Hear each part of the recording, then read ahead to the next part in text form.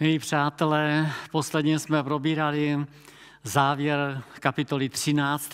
z knihy Zjevení a dnes se budeme věnovat myšlenkám z kapitoly následující, 14. A sice zejména pasáži, která nám připomíná a ukazuje na poslední výzvu obyvatelům této země. Možná, že někdo z vás cestoval také pražským metrem a tak si vzpomenete na výzvu, která vždycky zazní před zavřením všech dveří vlaku. Ukončete výstup a nástup, dveře se zavírají. Víte, že vlastně Pán Bůh v různých obdobích, jako před potopou, nebo v době Sodomy a Gomory, nebo v pokoření Ninive, Jeruzalému, vždycky něco podobného v historii zaznělo. Pán Bůh vždycky poslal proroky jako svoje nástroje, aby informovali ty obyvatele tehdejška o příchodu božích soudů. A nejinak je tomu právě dnes, v samotném závěru dějin. O tom, že žijeme v době konce, tak o tom dnes mluví všechny sdělovací prostředky. Nemáme co od budoucna očekávat, všichni nám říkají. Ale Boží slovo nám ukazuje, dává a posílá evangelium, dobrou zprávu, abychom se také na to, co přijde, opravdu pečlivě připravili. To evangelium je zaznamenané ve Zjevení 14. kapitole, počínaje 6. veršem, je tam napsáno: Tu jsem viděl jiného anděla, jak letí středem nebeské klenby, aby zvěstoval věčné evangelium obyvatelům země, každé rase, kmeni, jazyku i národu. Možná někdo při čtení tohoto textu si řekne, aha, tak si počkám, až poletí nějaký anděl. Musím vám říct, že jistě, že andělé jsou součástí toho projektu záchrany člověka. To ano, ale šířit evangelium dostali lidé, dostala církev.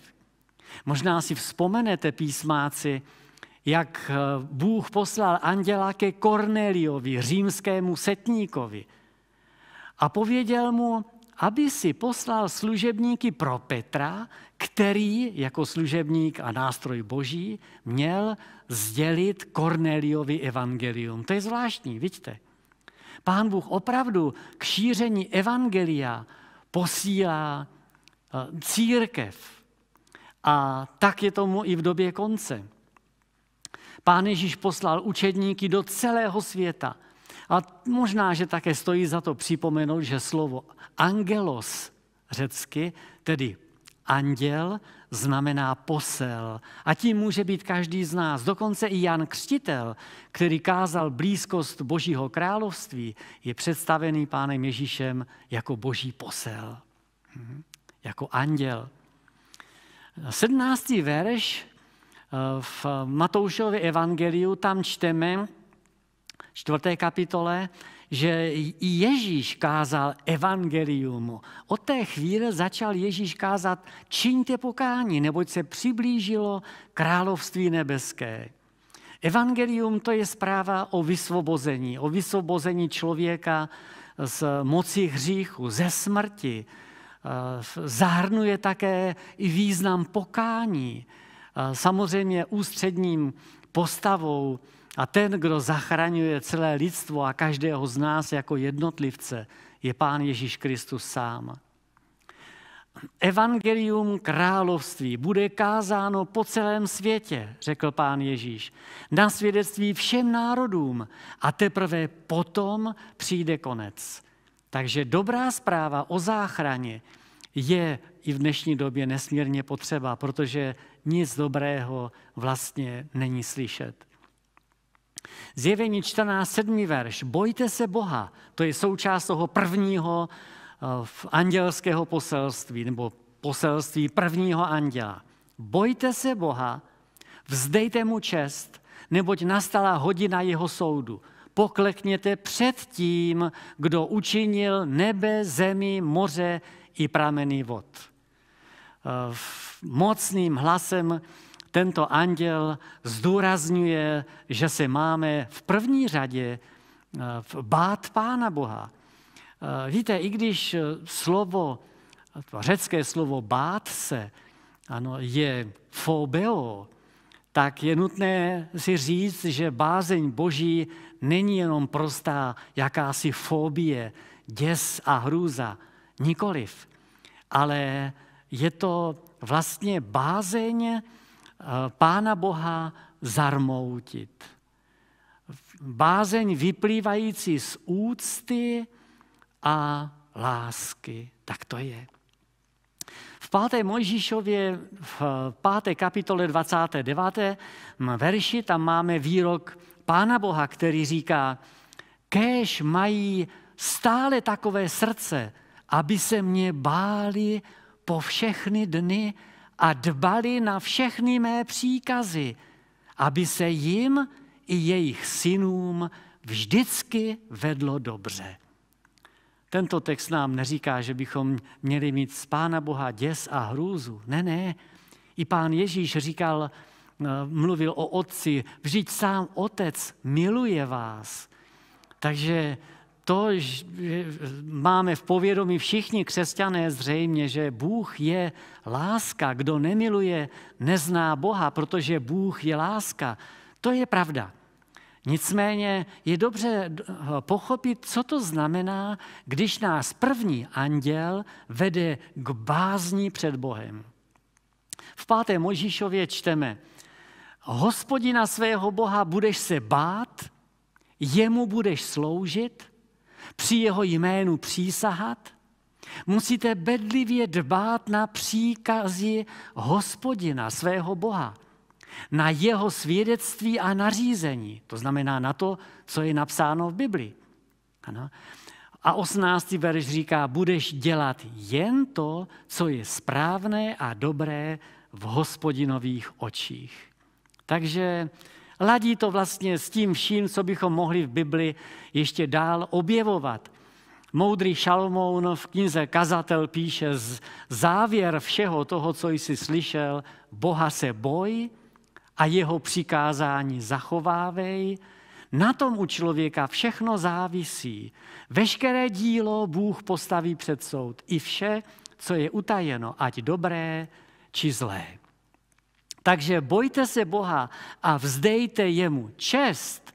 Vlastně je výzvou anděla: nehřeš, nezarmucuj Pána Boha. Ano. Zachovávej Boží přikázání a ne lidská. A to 3. dělej Pánu Bohu čest svým životem. To, jak žiješ každičký den, přece svědčí o tom, jak moc miluješ Pána Boha. Zjevení 15.4, tam vykoupení říkají: kdo by se nebál tebe, Pane, a nevzdal slávu tvému jménu, neboť ty jediný jsi svatý. Promýšlejte ještě víc, co to znamená bát se Boha. To je to první, k čemu nás vede ten první anděl v dnešní době. Abychom cokoliv ve svém životě změnili, abychom prožili svou třeba změnu svých způsobů, ano, svého jednání. Víte, na samém začátku je potřeba okusit toho, jaký Pán Bůh je. Zamilovat si ho, bát se Pána Boha, bát se ho zarmoutit. A to je cesta k tomu, abychom mohli zachovávat všechna jeho přikázání. Matouš 5.16, tak ať svítí vaše světlo před lidmi, ať vidí vaše dobré skutky a vzdají slávu vašemu Otci v nebesích. Ano, dokonalá láska je také i dokonalá poslušnost. Pán Ježíš Kristus to dokázal svojí oběti na kříži. Ano, Ježíš miloval Otce a on všechno, co na světě udělal, dělal kvůli němu. A tak i my jsme motivováni, abychom všechno, co děláme, dělali ke cti toho, který nás miluje a koho milujeme i my. Nastala hodina soudu. Stále ještě poselství prvního anděla. To je výzva, abychom co jak nejdříve si obstarali obhájce a tím obhájcem je Pán Ježíš Kristus. Jinak tím se nám připomíná ta scéna soudu popsaná v Danielově 7. kapitole. Je to dobrá zpráva, protože Boží soud zasáhne právě v okamžik, ve kterém je lid Boží nesmírně ohrožen malým rohem z Daniele 7, anebo šelmou, obrazem šelmy ze Zjevení 13. Takže lid Boží bude ve velkém nebezpečí. A je dobře, že Boží soudy zasáhnou, protože ten Boží soud zasáhne ve prospěch Božího lidu. A rány na tento svět, ty nepostihnou Boží lid. Lid Boží bude pod ochranou Všemohoucího. Tak, jak byl Boží lid staré smlouvy pod ochranou Boží, když padaly rány na Egypt. Je dobře, když slyšíme myšlenku, že nastala hodina soudu, si uvědomit, že potřebujeme Pána Ježíše, že se mu potřebujeme odevzdat a že ho potřebujeme prosit, aby se stal naším obhájcem. Je to opravdu nejvyšší čas. Ten termín nastala hodina soudu neříká, že ta hodina teprve přijde, ba naopak, že ona už běží, že ona už nastala. Soud přece probíhá a to nám také vyvstalo, jsme si uvědomili na základě studia knihy Daniele. Ano, nejenom 7., ale také 8. a 9. kapitoly.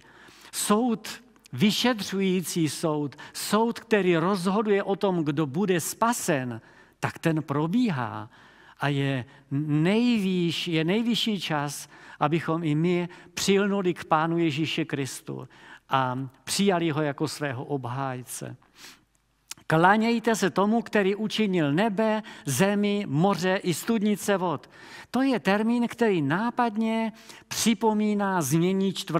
přikázání. Ano, přikázání o sobotě, tam čteme, neboť v 6 dnech učinil Hospodin nebe a zemi, moře a všechno, co je v nich, a odpočinul v den 7. Proto požehnal Hospodin den sobotní a oddělil jej jako svatý. Sobota je svatá. To je den, který ustanovil Pán Bůh. Sobota nám stále připomíná, že jsme Božím stvořením, že Pán Bůh je mocný tvůrce. Ano, on je naším otcem, naším původcem, on je naším zachráncem, on je naším vším. A postoj k sobotě vlastně odhaluje, jaký je ten náš postoj k němu. My žijeme v době, kdy evoluční teorie vlastně převálcovala celý svět. Ano, všichni lidé, dokonce i církve a věřící lidé namnoze věří tomu, že svět vzniká nějak postupně a náhodou, i když tam to nějakým způsobem chtějí spojit i s vírou v Pána Boha. Ovšem, to je krutý omyl. Víra v Boha stvořitele, který stvořil svět v 6 dnech, není ani nevědecká, ani nerozumná, ba naopak. Dovolím si citovat Žalm 14, kde je napsáno hned z kraje, že blázen říká v srdci svém, není Boha. Není myslitelné se dívat na tento svět, vnímat jeho krásu a nevidět v něm stvořitele. Vždyť se nám v tom všude zjevují jeho stopy. Takže první andělské poselství, když bychom ho chtěli shrnout, tak obsahuje tyto myšlenky. Bojte se Pána Boha. A v závorce zatím jakoby poslouchejte Pána Boha, jeho přikázání. To druhé, vzdejte mu slávu. A v závorce žijte podle toho, jak vám Pán Bůh v Božím slově říká. To třetí, přišla hodina soudu. Odevzdejte se Kristu. Hledejte v něm vašeho přímluvce. A čtvrtý bod, klanějte se stvořiteli. Uctívejte Pána Boha v den, který Pán Bůh proto oddělil. A to je sobota. Další anděl, druhý, který letěl za tím prvním, říká toto. Padl veliký Babylon, který opojil všechny národy svým smilstvím a dal jim pít z poháru hněvu. Co to znamená? Padl je v řečtině vyjádřeno neomezeným slovesným časem, takzvaným aoristem. To je vlastně v minulém čase, jak by se zdálo nám, vyjádřená budoucnost. Padl, tím chce říct, že jeho pád je nevyhnutelný, že o jeho pádu je definitivně rozhodnuto, že už mu není pomoci. Totéž je, co čteme i ve Starém zákoně. Když u Izajáše čteme o pádu Babylona, tak rovněž je tam mluveno o pádu Babylona v minulém čase, zatímco Babylon ještě ani nedorostl do své, řekl bych, největší krásy a moci. Ano. 150 let před pádem Babylona už prorok předpovídá jeho definitivní pád. Ano.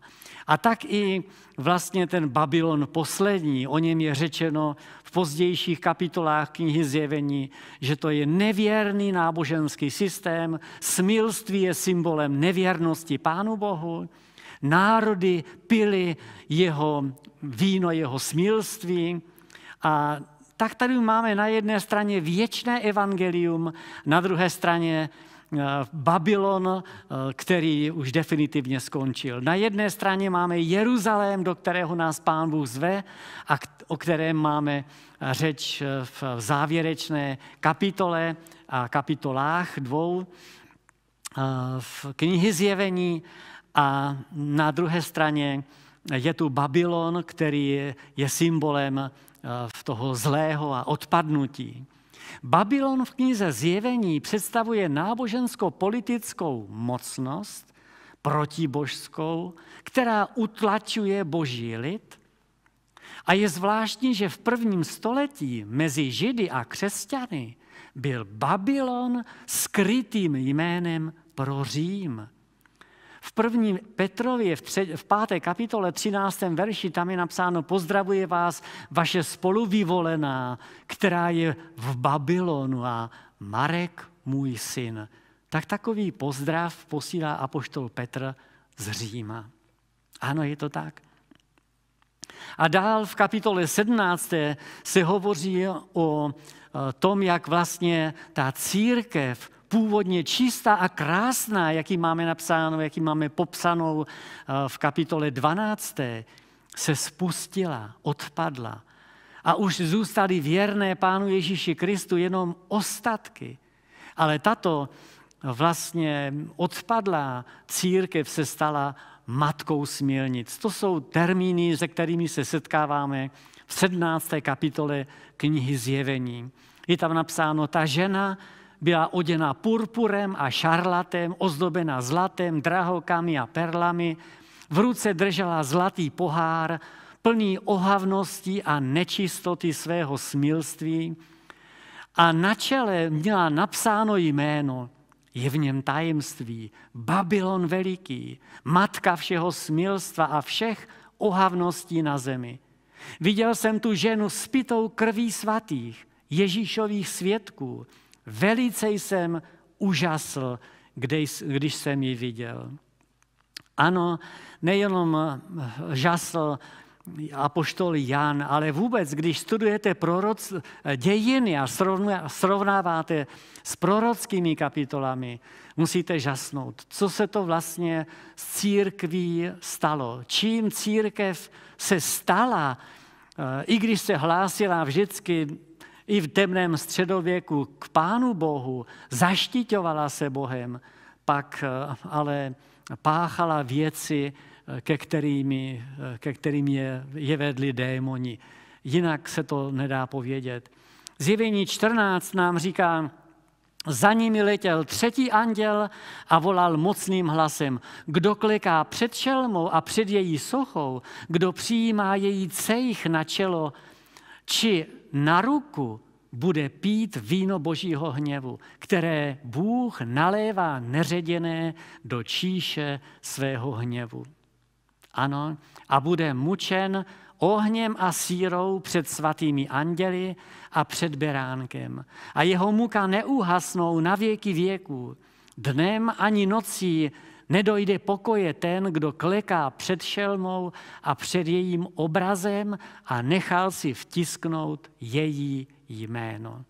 Přátelé, uvědomujete si, jak velmi důležité je opravdu mít jasno v tom, kdo je tou šelmou, kdo je tím obrazem šelmy, co znamená znamení šelmy, že to nejsou věci okrajové. Je tu přece řečeno, že kdo se postaví tedy znamením šelmy, přijetím znamení šelmy na stranu šelmy a jejího obrazu, nečeká ho skvělá budoucnost. V Božím slově čteme, že mnozí budou nesmírně překvapeni, zaskočeni, ale že budou také oklamáni. Tak tedy jednoduché shrnutí.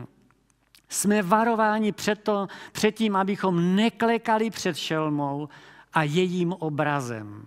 To znamená, abychom neuctívali a neposlouchali šelmu. To znamená jinou autoritu než Pána Boha. Znovu se vracím k myšlence už zdůrazněné předminule, když jsme hovořili o reformaci a o tom, jak pro Lutera a vůbec reformátory bylo naprosto zásadním Boží slovo. A jestliže se mýlím, samozřejmě jsem člověk, mohu se mýlit, ale dokažte mi to z písma, že bloudím. To byla stanoviska lidí, kteří byli ochotní položit i svůj život. Jak to bude s námi? Když nás někdo přiměje k tomu, abychom ho poslouchali a nebo bude to v protikladu s tím, k čemu nás vede Pán Bůh, jak se zachováme? To další je vzít znamení. Vzít znamení znamená přiznat té autoritě světské a také i náboženské, ale je to stejně stále moc pozemská, přiznat jí moc a autoritu Boží. Ano, je to tak, že taková autorita, už jsem se ji snažil představit. Ano, mnozí lidé a papežové se představovali, že stojí na místě Pána Boha a že tady Pána Boha zastupují. A že mohou tedy měnit i Boží zákony. Je to velmi, velmi napováženou a třetí anděl nás varuje před tím, abychom neposlouchali lidské autority, ale drželi se autority Boží. Ezechiel 20:20. Svěťte mé soboty, říká Hospodin, a budou znamením mezi mnou a vámi, abyste věděli, že já jsem Hospodin, váš Bůh. Boží sobota, to je Boží znamení. Zatímco znamením šelmy bude neděle. Zatím vlastně ještě nás nikdo nenutí neděli zachovávat. Nicméně proroctví to předpovídá, že lidé, kteří nebudou chtít zachovávat neděli a lidé, kteří budou chtít být Pánu Bohu věrní uctíváním Pána Boha v sobotu, budou pronásledováni. První anděl vyzývá k bázni a uctívání Stvořitele, druhý anděl oznamuje pád Babylona a jeho smilství, třetí varuje před šelmou a jejím obrazem a před znamením šelmy. A nakonec to, co chci zdůraznit, i když to možná zní tak dramaticky a možná pro jednotlivce, který se může cítit totálně a ztracený ve velké společnosti a proti většině, Boží slovo nám říká, že Pán Bůh ten svůj lid zapečeťuje, že boží andělé vloží svoji pečeť na každého, kdo se Pánu Bohu odevzdá. Boží pečetí, tím, co je tím definitivním a bude tím definitivním, až budou lidé prosvěcení soboty pronásledováni, to bude znamením, že jsou Pánu Bohu věrní a neuhnou ani doleva, ani doprava. Mým přáním je, abych i já, i vy jsme zůstali věrní bez ohledu na to, co se bude dít. Protože nakonec nás čeká ta odplata a to zaslíbení věčného života v boží přítomnosti. A dokonce je zaslíbeno, že i tam na Nové zemi budeme slavit Pána Boha v ten den, který svědčí o jeho moci stvořitele i vykupitele. Skloňme se ještě k modlitbě.